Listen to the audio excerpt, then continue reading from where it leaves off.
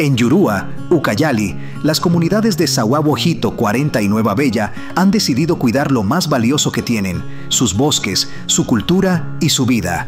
A través de las escuelas de campo, fortalecen sus capacidades para conservar más de 25.000 hectáreas de selva amazónica, hogar de aves únicas y ecosistemas esenciales. Aprenden sobre gobernanza, vigilancia comunal y manejo sostenible, combinando sabiduría ancestral con tecnología.